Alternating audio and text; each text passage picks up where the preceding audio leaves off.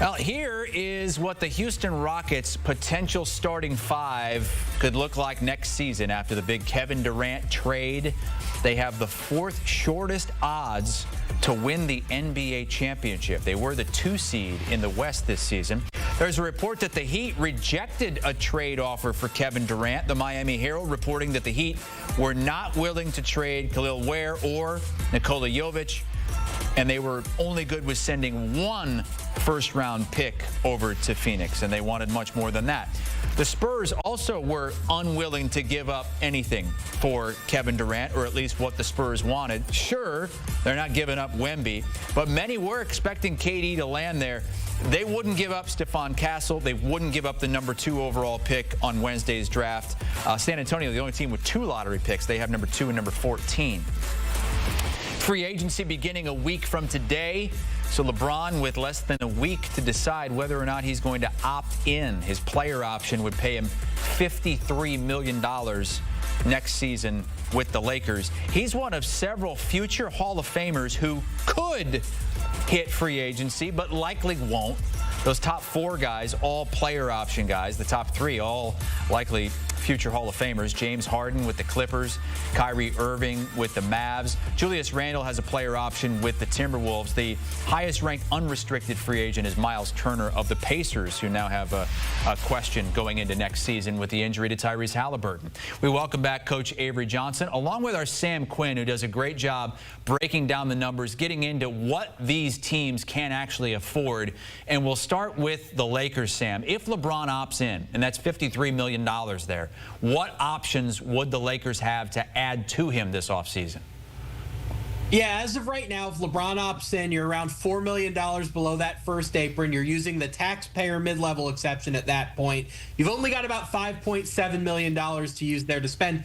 You're going to have to hope, if you don't trade for a center, that you can sign one of these older big men, come in at that lower price, hoping that they want to win. So who's on the market?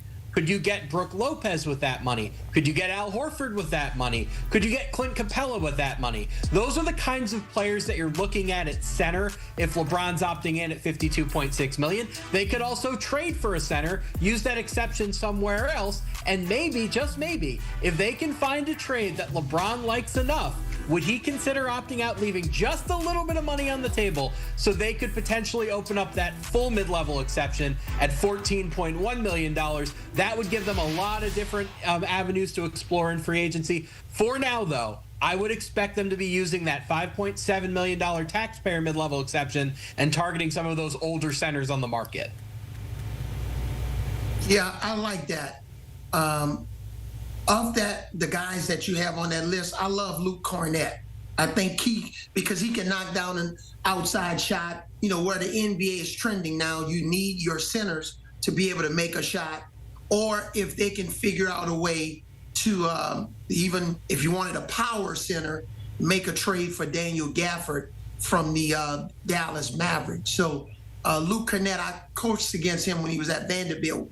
And if you're trying to compete to spread the floor for Luka, give LeBron James room to operate, I think Luke Cornett could be an extremely good fit and for the Los Angeles Lakers. Lakers just sold for $10 billion. Celtics sold for about $6 billion right before that. Let's go to Boston now.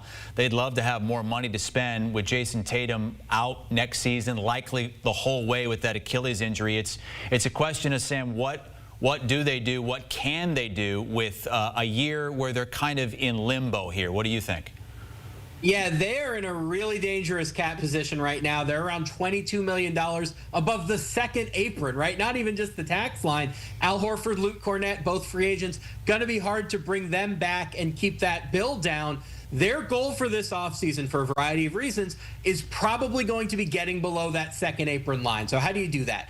You could trade Sam Hauser at his $10 million into somebody's mid-level exception, just try to get off of that money, but that only gets you part of the way. Drew Holiday has been in a lot of rumors lately. Teams like Dallas, Sacramento have been interested. Those teams aren't really equipped to save the Celtics money. If you want to get off of a big contract, you probably have to do one or two things, right? You can go to Brooklyn. The Nets have all the cap space in the world. You can say, hey, we'll give you a draft pick, take some money off of our hands. But a lot of teams are going to be trying to do that because there's not much money floating around the market. So the Nets really have control if they're going to take any money away from the Celtics. The other thing you could do, and this is the more extreme option, do you consider putting Jaylen Brown or Derek White on the trade market? You could get a haul for either one of them. You could get several first-round picks. That Desmond Bane trade where they got 4 first-round picks for him probably sets the floor on a Jaylen Brown trade. Derek White probably worth several first-round picks as well. If you were to put either of them on the table, you could probably get an acquiring team to take on some extra money for you and help you get below that second apron next year. Yeah, and I like the Derek White move, Sam. I would hold on to Jaylen Brown because, again, they're going to get Jason Tatum back at some point. These two guys are still they'll be in their late 20s.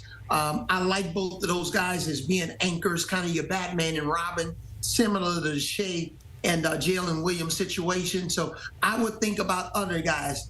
And Derek White, I agree with you. He can bring back draft picks. That's what they need. This team needs to continue to get a little bit younger, find other rotational pieces to get back. I would try to hold on maybe to Drew Holiday as of right now, but Derek White, I believe, who's a little bit younger, would bring back a nice haul for the Boston Celtics. Coach, Sam, thank you so much. You can read much more about this on our website, on our NBA page from Sam Quinn, who's really breaking it down from every angle. As we inch toward the draft, it's almost here now, 2 days away. Our on-the-clock draft coverage here on HQ will begin at 8 p.m. Eastern time for the first round on Wednesday. The second round is on Thursday.